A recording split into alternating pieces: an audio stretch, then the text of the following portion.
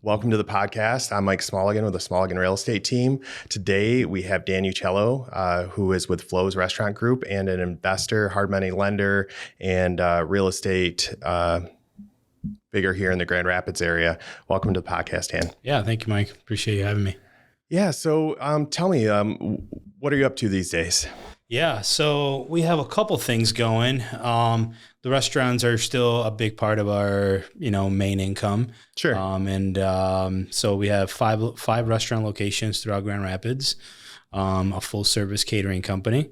And then on the spin out of there, we have started investing into real estate. So we have a couple projects we're working on for new development. We also do hard money lending to real estate investors. When do you sleep?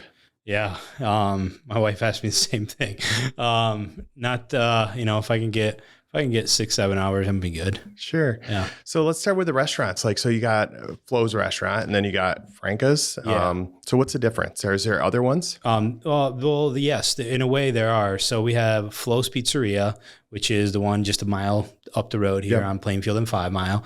Then we have Flo's Sports Bar, which we have one in Belmont and one in Greenville. Those are full service restaurants with their sports bars. Sure. Then we have Flo's Wood Fired, which is up on 14 Mile in Rockford next to San Julian Winery. Okay. And then we have Franca's Pizzeria, which is in East Town. Okay. That's our newest location. Franca's was named after my mom. Oh. It was a way to honor my mom's name after, all the sacrifices she's done for us. Where'd the name Flo's come from? Long story short, the Flo's name stemmed from the name Florentines. Okay. Without going too much into the story, because it's a long one, we were using the name Florentines, we wanted to part ways from the name to start our own brand. Sure. And we just shortened it to Flo's. Nice. Well, that's a easy name to remember. Yeah. So how long have you been in the restaurant business? Ever since I was 12 years old, I always worked in a restaurant along the side of my dad and my mom. They really taught us, the hardworking days and, it makes the day go by faster when you can go home and you say, hey, that was a good hardworking day. So we've been in it since I was 12 years old. I went out on my own when I was 24 years old, and my brother was 19. That's when we opened up our first location. Wow, that's impressive. Pretty young. Yeah. Where does a 12-year-old nowadays find a job? They can they come work for you? Yeah, no, probably not. There's too many laws these days. But sure. Back when I was starting, I was lucky enough just to have a family that at the time I did not like that they were always working, but it taught us such a great work ethic and how to stay humble. Yeah, I was just talking with my kids the other day about they don't realize these are the best years of their lives and they are going to learn so much. And a lot of it isn't stuff they like to do. But I think at one point they'll realize that I was right. And for sure. I mean, our kids are living the best life, they get to do a lot of things that, at least for my family, that I didn't get to do when I was little. Right. Same. Family vacations. We never took a family vacation. No. My family was always working. So being able to take them on vacation, or even something simple like go spend a weekend camping, we just didn't have that growing up. We were just work, home. In my case, it was work, home, and school. Yeah. So speaking of growing up, where did you grow up? Yeah. So I was born and raised in Sicily. Oh. Until the age of 12. Nice. And then we moved here and my family got into the restaurant business. My dad was actually in the car business in Sicily. Okay. And switched to the restaurant business when we arrived here in America. I graduated from Northview High School. And so the Plainfield Township area is home to us. Okay. This is where I grew up. This is where all my friends are, all my connections. So it's definitely worked out for you, but why did he switch from cars to food? For him, it was a language barrier. Okay. In the restaurant business, even if you don't speak the language, you're able to spend a lot of your time like in the back in the kitchen and hire the personnel to be like the front facing in the car business, he wasn't able to do that. He tried it. He opened up a body shop with a car lot here. Yeah. And it was just too tough because he didn't speak the language. Yeah. So the restaurant gave him that opportunity to create great food and then let somebody else who spoke the language handle the entire front end. Yeah. Nice. So, and you, working for your family, then decided to go out on your own. Kind of what prompted that? Well, I've always been very, I feel like ambitious when it comes to being, self-sufficient. And so I've always wanted to be on my own, whether it was living at home and moving out and then moving back. And the restaurants was no different. I grew up in it. I felt, at the age of 20 years old, I felt like I knew it all. We all do, I think, at that age, right? So I started approaching my dad on, hey, I don't know all the ins and outs, but I know I can do this on the daily. I'm doing it right now, working for you. I'm ready to go on my own. And originally he said, okay, why don't you start off with like a small takeout pizza shop? And I was like, no. Okay. If I'm doing this, I'm going all in, and we're opening up a full service restaurant. We're going to sell liquor. We're going to sell beer. We're going to have a nice menu. So I didn't want to settle just for a takeout joint. So he advised me not to. And I kept pushing for it. I found a location. He was very supportive, of course, but he was a little bit hesitant. Yeah. And good parents are, right? yeah. And at the age of 22, he finally said, okay, let's get serious about it, but under only one condition, that you take your brother as a partner. Okay. Well, at the time when we were first starting, my brother was 17 and I'm like, oh boy. But I did. I asked my brother, I said, hey, I know you're about to graduate from high school. I didn't go to college. Yeah, me neither. So I said, under only one condition, I'll take you as my partner. You choose a university, you stick to it, you graduate from college. So at least one of us has, a college the brains, degree. Yeah. And he agreed. So, at 19, when he was 19, at the time was 20, I was 24 then, we opened our doors to our first location, which is the Flows in Belmont. Okay. And he was still in college. He was going to Grand Valley, and he was going to school full time and working full time inside the restaurant. Then he took a study abroad to Italy for 3 months. Good place for him. Right? Yeah, right. And right on the beach in a beautiful beach town. And I'm like, okay, here we go. Now I'm by myself. Yeah. At the time, it was my girlfriend and then became my fiance. But she stuck through it, helped me in the restaurant. She's now my wife. And so we made it work, and when he came back, he finished school, he graduated from Grand Valley, and the rest of it's kind of history on how we've grown our company. Okay. You and your brother still partners today? We are. Yeah. 50-50. Nice. Yeah. That's got to be a motivator for him, right? To go to school, to learn all of it, and to get your years of experience, of the head start that you had on him, as kind of an incentive to go to school and to be partners with you, right? Yeah, 100%. I mean, it's a great combination. David has the education behind it. I have the real life experience, and it's a great combination. We always have complemented each other in that way. It's hard to work with your brother. It's hard to work with family as a whole. It is. But I'll tell you, we've always made it work because the end goal is always the same for us, which is huge. Yeah. We both want the success for our company. Sometimes it's just approached in different ways. The combination of having a college degree and then having the real life experience it's been great. Yeah. So besides your dad, is there any other mentors that you would say kind of shaped you or helped you kind of figure out what you wanted to do? Yeah, I think it was, my dad and my mom both had equally, enough to spark under us. Yeah. They were always, every day they were pushing us to be better, and not necessarily just with work, but just as a person, or who we surround ourselves with. They were big motivators at a young age. They never made us feel like we were young kids. They always treated us like adults, which is how I'm raising my kids now. And it was, and a lot of it was, is this your decision? I'm going to lay your pros and your cons, but ultimately you make your own decision even at a young age. And that taught us a lot of responsibility, because if we made the wrong choice, we still had to stick to it and finish whatever it is that we started. Yeah. You know, or if we got in trouble, you know, as young kids, we had to get ourselves out of it, you know? So it was, them too just showed us a great way to just be adults at a young age. And I feel that that's had a huge impact on how we are today. Yeah, I worry about that for my kids, and really kids in general, right? Because everyone that I know that's successful had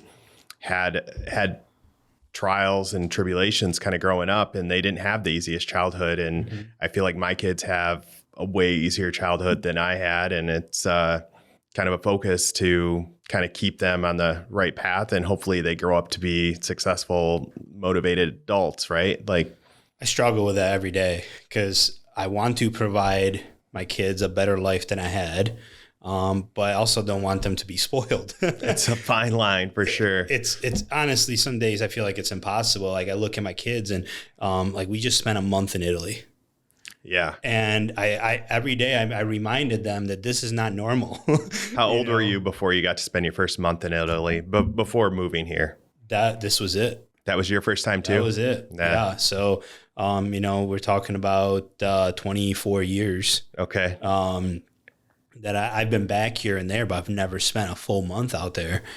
So I want to always remind them when we're doing something really cool or special that, hey, this is not a lot of times normal, and a lot of your friends or other family members don't get to do this kind of stuff. So appreciate it, but also don't expect it. It's yeah, we got a tough job as dads, right? Yeah. Keeping them motivated. So what else besides restaurants are you into now? So you mentioned hard money lending and investments. How did you decide that was the route you wanted to go down? Yeah, so COVID has changed our whole philosophy on how we do business. So straight out of COVID, or right when COVID began, we actually got into a very unique business, and it was the cannabis business. Okay. So you tried that? Yeah, we tried that. I was involved for 3 years.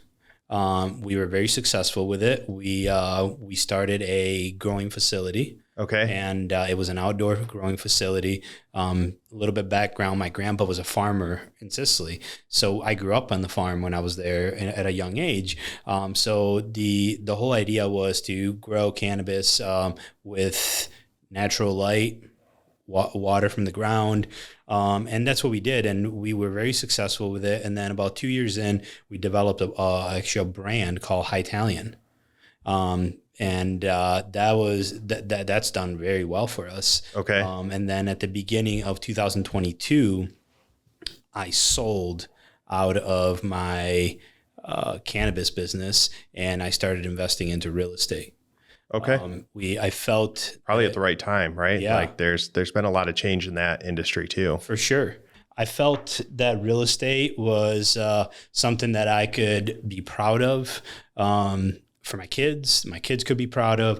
Cannabis didn't really fit me. Sure. It wasn't something that I could brag about to my kids. Yeah. You know, it just was at the right time. I think I was, we made the money that we needed to do, and, we moved on. So it was just a stage in life, and, it was a way to diversify for me, but it was short lived. It wasn't for me. The real estate, I started off with wanting to flip homes. Sure. Did you try that? And I did. Okay. And I was really bad at it. Yeah. A lot of people are. That's not a business I want to even get into. It's, there's so many moving parts, and not everything is dependent on you, right? Hiring contractors, and the market pricing changes, and products change, and it's lots of stuff to figure out. Well, that was the problem is I wasn't really good at it. Not because I couldn't manage the people. I could manage people, but I felt like I was babysitting a lot of time, chasing these contractors around. They tell me, they're going to be there tomorrow. No one's there tomorrow. Yeah. And we're on timelines when we're flipping these houses, right? We're paying money, we're paying interest a lot of the times. And so we have to meet those criterias and those deadlines. And so it just wasn't for me.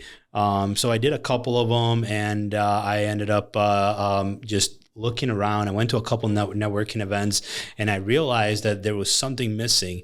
And what was missing is that all the flippers that were the big players in town, Yep. all of them could use money. Yeah. Like there wasn't one person that I talked to that was like, I don't need any money for my flips. Everyone was like, the more money we have, the more money the more money we can invest, the more homes we can put under contract, the more we can flip.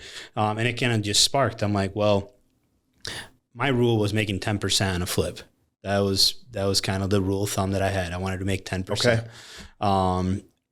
I turned around and I actually thought I can make 10% just by lending to them. So that's what we do today. We've closed this year. We've closed 13 loans, just under $3.5 million. Okay, and that's awesome. Yeah, and it's been great for us. It's been great relationship builders. All my clients are all either somebody that referred them to us or somebody that I know. So it's all relationship based. There's no like application that you have to fill out and then I evaluate it based on paper. It's that relationship that matters most to me. So that's how I've built the 13 clients that I've closed on this year. And it's been great. Our rule of thumb is 5 points over prime. So that's right now we're lending at 13.5%, which is great.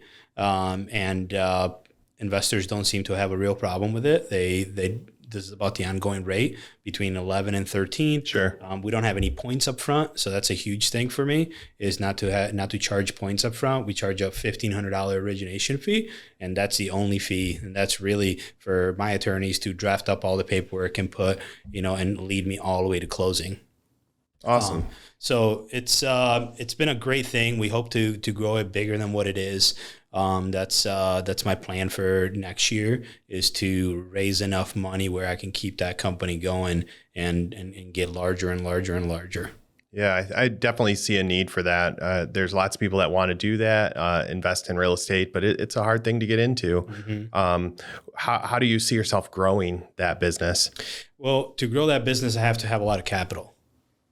Right, because I'm working like a bank. Yeah, and are you thinking of changing your strategy as far as investing in people or are you going to go outside of that? No, I think that if I can network enough in Grand Rapids, and I really enjoy networking, and West Michigan really, I think I can develop enough relationships to get me to that next level. There'll be a point, I'm sure, where I'll have to change my business model, where then it becomes more of just like a bank transaction. Yeah. But a lot of our clients, they call me today and they need the money in 48 hours. Yeah. Or in order to get a good deal on a property, they need to be able to close quick. Yep. And I'm able to be able to fund all that and be able to move quickly, because I don't have all that red tape to go through. As long as my attorney can be on the same page and he can draft up all that paperwork, it's easy. So are you taking a look at the properties themselves or more of the people that you're working with? I'm underwriting all the deals myself. So obviously the relationship is very important to me, but then I look at all the deals on my own. And I have a couple buddies that obviously help me out through it by running comps and so on.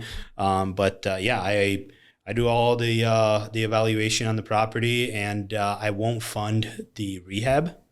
So I will only fund the purchase price. Okay. So where are they getting that money from? That's on them. Okay. Yeah, that's on them to have. And I did that so that they would have skin in the game. The last thing I would want to do is have a $100,000 purchase with a $50,000 rehab.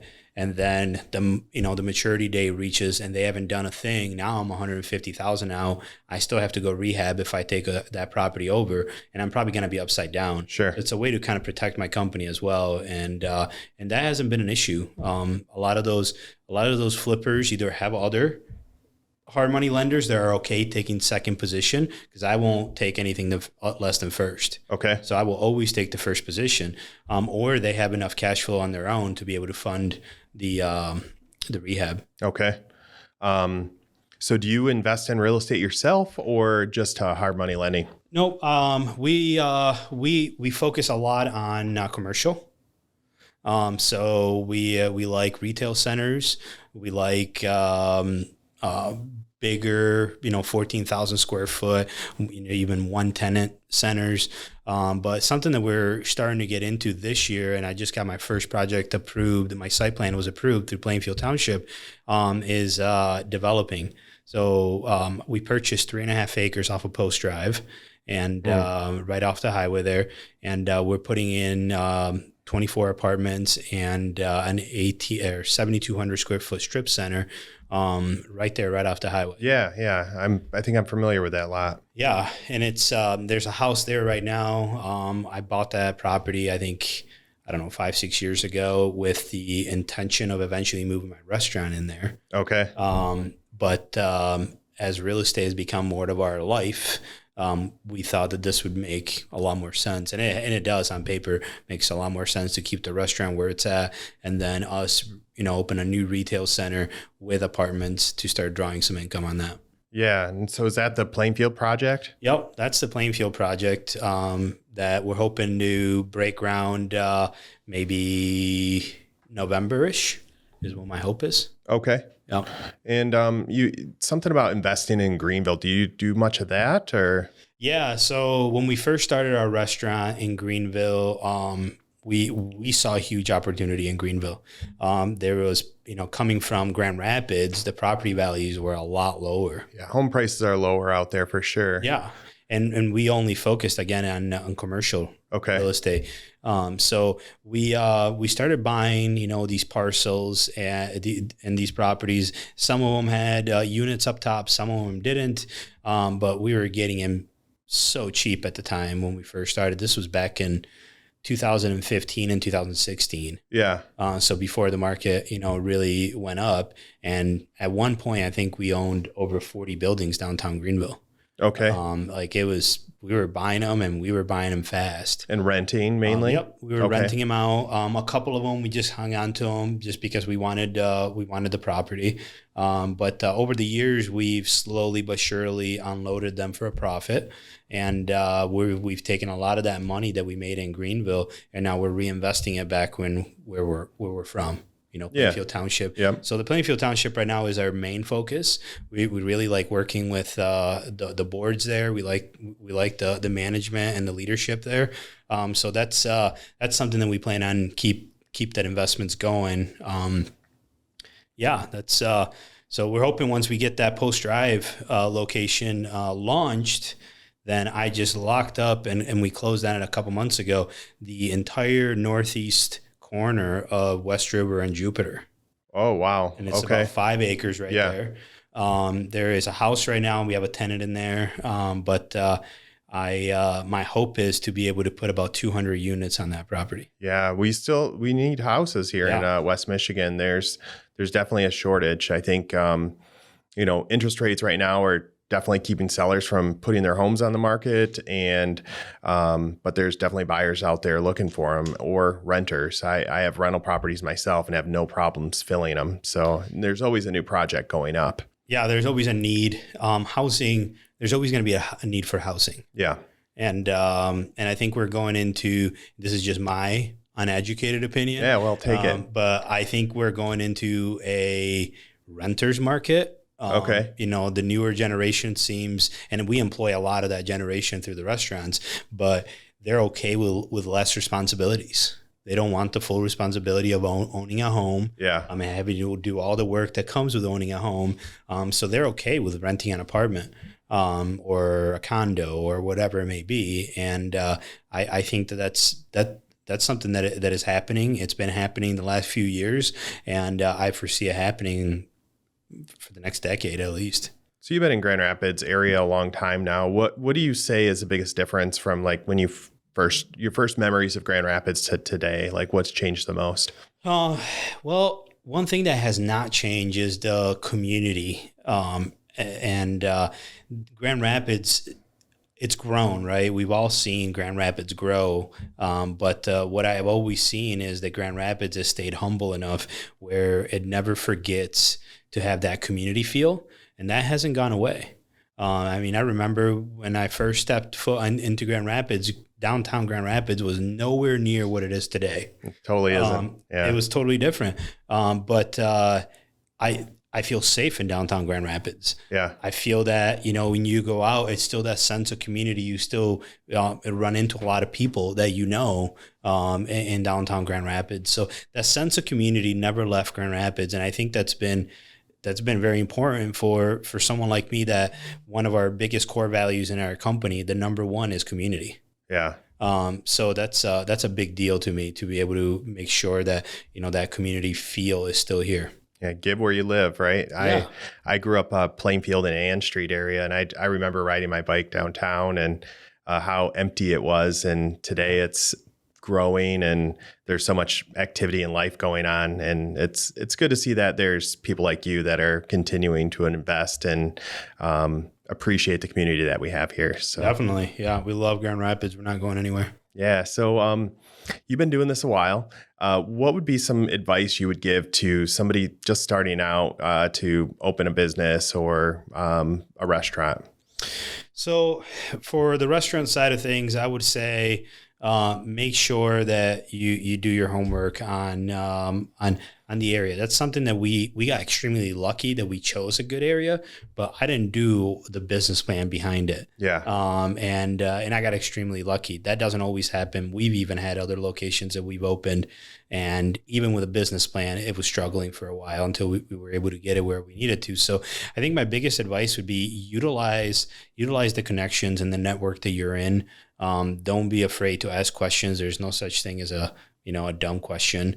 And that's been big for us, is being able to utilize the network around us to help us understand what we're getting ourselves into in a new community, or in a new business. So although we haven't really had mentors per se, behind us, we've definitely picked up the phone a million times, calling somebody that we know, maybe we're not super close with, just to pick at their brain on what their thoughts are on our idea or that area or that building or that market, or what do they think about this marketing strategy and so on. So we're not afraid to pick up the phone and call, and I think a lot of people are, because they don't want to show that weakness maybe, but I can see that. And I'm sure with as long as you've been in the business that you've been a mentor for other people, maybe without even knowing it. I think, 100%. My phone rings constantly, and we've been lucky enough that we've had some great interns within our company, and every one of them I'm extremely proud of. They've been great. They're all Grand Valley students, and a lot of them still call me to this day. Yeah. One, to check in on me, see how I'm doing, tell me how they're doing, at their new job or at their new career. But just ask questions. They're asking great questions, whether it's a personal matter or, a job matter or professional. That's the way it should be. Yeah. Do you do anything with interns? Do you bring in people to mentor them and specifically? So we haven't done anything with interns in the past, probably about 2.5, 3 years now. Okay. And the reason is because we have grown so much, even as a restaurant group, that before I was able to spend one-on-ones with these interns, and that was great for them. They really got to experience what that one-on-one experience is with the owner of the company. Yeah. And so they got to see my day-to-day stuff, from the good and the bad of being a business owner.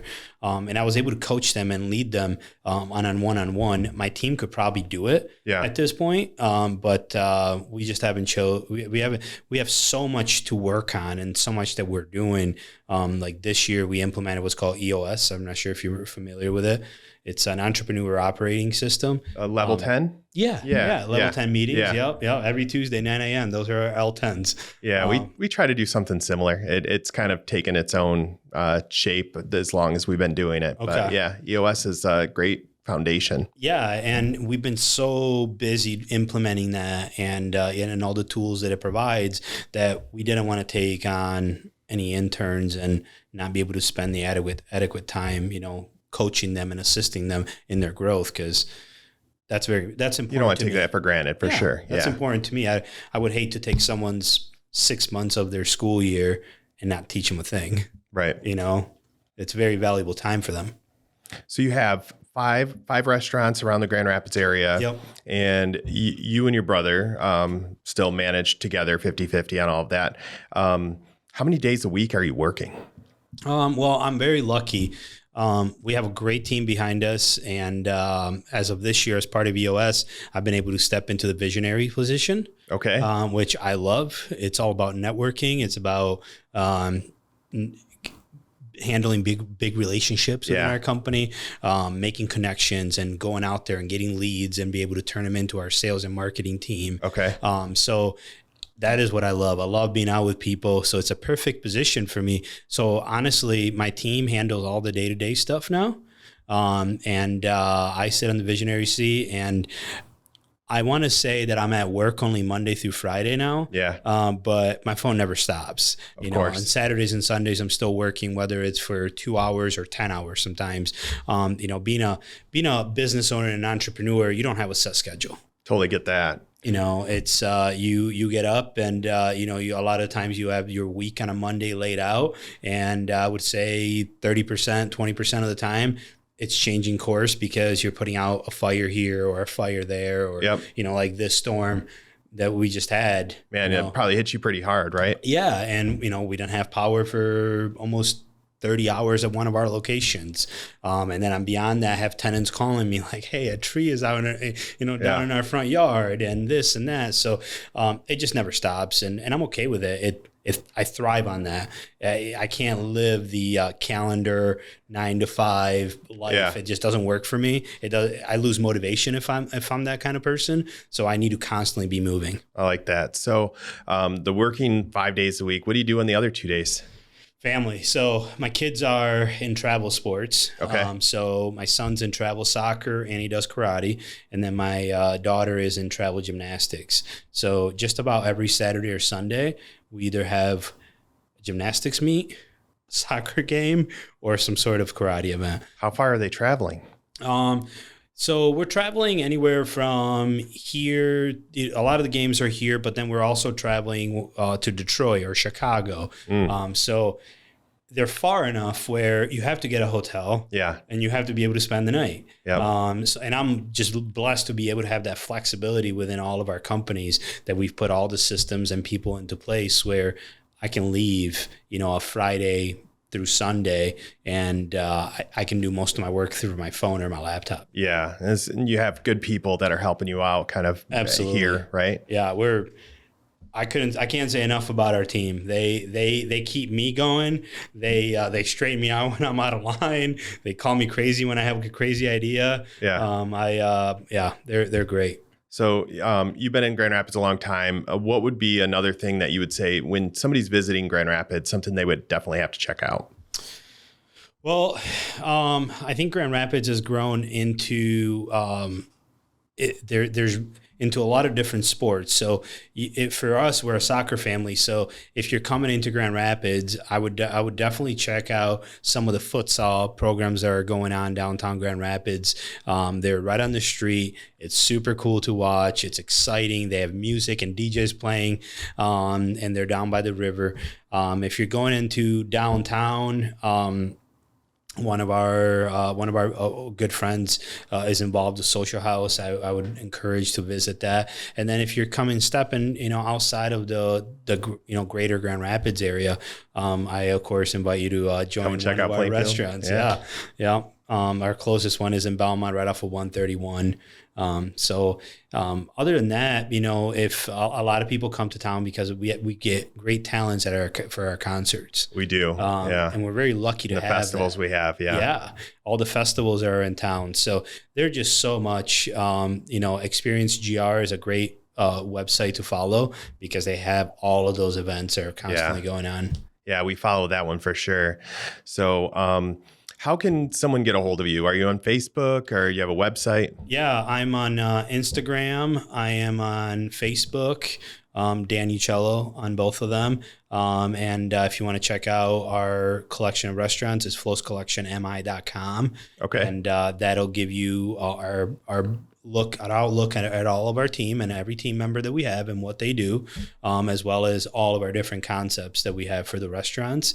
And yeah, if anybody's ever interested in reaching out and just talking real estate or lending, Yeah. I encourage those conversations at all times because it's something that excites me.